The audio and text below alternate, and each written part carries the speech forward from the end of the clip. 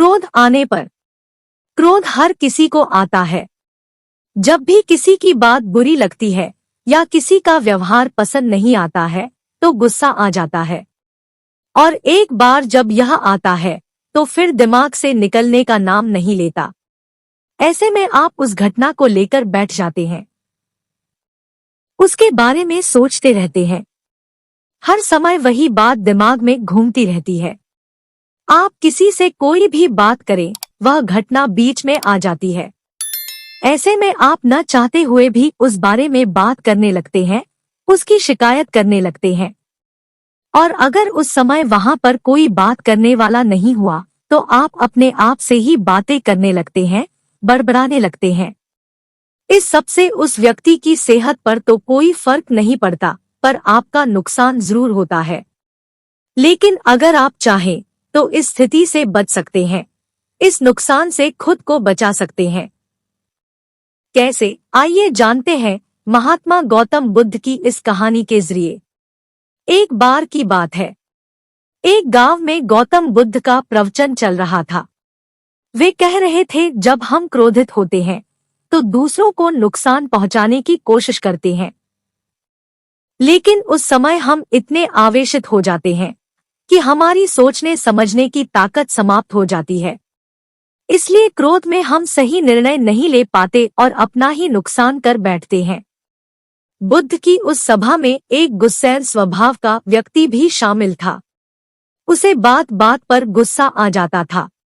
आज भी वह अपने परिवार वालों से झगड़ कर आया था और उस समय भी उसके दिमाग में उथल पुथल मची हुई थी। इसलिए उसे बुद्ध की बातें अच्छी नहीं लग रही थी। उसे लग रहा था कि जैसे बुद्ध उसे डांट रहे हों, सबके सामने उसकी बेइज्जती कर रहे हों। इससे उस व्यक्ति का क्रोध भड़क गया। वह अपनी जगह से उठा और बुद्ध के पास जा पहुंचा। इससे पहले कि कोई कुछ समझता, उसने बुद्ध के मुंह पर थूक दिया। यह देखकर वहां मौजूद लोग भड़क उठे और उस व्यक्ति के बारे में बुरा भला कहने लगे।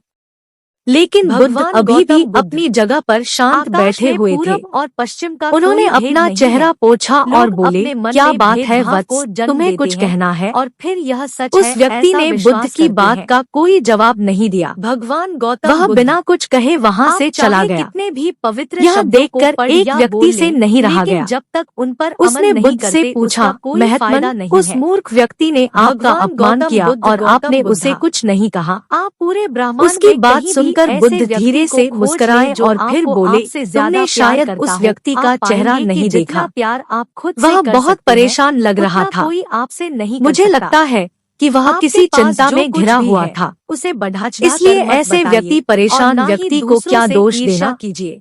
बुद्ध पर थूकने वाला व्यक्ति सभा से उठने के बाद अपने घर चला गया। वह दिन भर बेचैन रहा। दंड नहीं दिया जाएगा, उसे अपनी करनी पर पछतावा होता रहा। आपको दंड देगा। रात में भी वह सो नहीं पाया और बेचैनी में इधर उधर करवट बदलता रहा। अगले दिन वह फिर से बुद्ध की सभा में गया। वहां पहुंचते ही वह बुद्ध के चरणों में गिर पड़ा और रोने लगा। यह देखकर बुद्ध ने पूछा, क्या हुआ वत्स, तुम क्यों रो रहे हो? वह बोला, मैं वही दुष्ट व्यक्ति हूँ जिसने कल आपका अपमान किया था। पता नहीं कल मुझ पर ऐसा कौन सा पागलपन सवार हुआ जो मैं ऐसी घृणित हरकत कर बैठा। कृपया मुझे क्षमा कर दें। बुद्ध बोले, कल की बातें तो कल ही समाप्त हो गई वत्स। कल के बारे में आज क्या सोचना। अगर मैं उस घटना के बारे में सोचता रहता, क्रोध करता, तो उससे तो सिर्फ मेरा दिल दुखता। तुम्हें उससे कोई फर्क नहीं पड़ता। इसलिए बुरी घटना को याद रखना कोई समझदारी की बात नहीं है। इससे हमारी परेशानियां बढ़ जाती हैं और जीवन ठहर जाता है। इसीलिए अप्रिय बातों और अप्रिय घटनाओं को भूलने में ही समझदारी है। जो व्यक्ति ऐसी घटनाओं को भूल जाता है वही जीवन में आगे बढ़ता है, और जो उनमें उलझा रहता है उसका जीवन चक्रव्यूह के समान हो जाता है, जिसमें से वह चाह कर भी बाहर नहीं निकल पाता है। दोस्तों, गुस्सा करना बिल्कुल ऐसा होता है कि जहर तो आप पिए और कामना करे कि मर सामने वाला जाए। इसलिए जब भी कभी आपको गुस्सा आए तो इस बात को ध्यान में रखें कि अगर आप किसी से नाराज होते हैं और रूठ कर चुपचाप बैठे जाते हैं तो आप अपना ही नुकसान करते हैं। इससे आपके समय का तो नुकसान होता ही है, आपके शरीर का भी नुकसान होता है। इसलिए अप्रिय बातों और अप्रिय घटनाओं को लेकर बैठना कोई हल नहीं है। बेहतर है कि उन्हें भूलकर आगे बढ़े। तभी आप जीवन के प्रवाह के साथ अपने आप को जोड़ पाएंगे और जीवन का आनंद ले पाएंगे।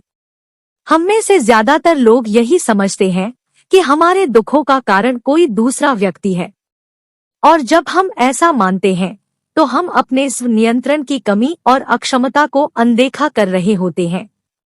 वास्तव में ये हम पर निर्भर करता है कि हम दूसरों के द्वारा प्रदान की गई नकारात्मकता को स्वीकार करते हैं या नहीं। अगर हम नकारात्मकता को स्वीकार करते हैं तो हम अपने पैरों पर कुल्हाड़ी मारते हैं, और जब हम उसे अस्वीकार कर देते हैं तो घृणा, क्रोध, हिंसा हर किसी से मुक्त हो जाते हैं। अगर आप लोगों को यह कहानी थोड़ी सी भी अच्छी लगी है तो लाइक करें, शेयर करें, मेरे चैनल को सब्सक्राइब करें, कमेंट में अपनी राय जरूर दें। इस कहानी से क्या सीख मिली है? वीडियो देखने के लिए बहुत बहुत धन्यवाद। मिलती हूँ एक और अच्छी कहानी के साथ।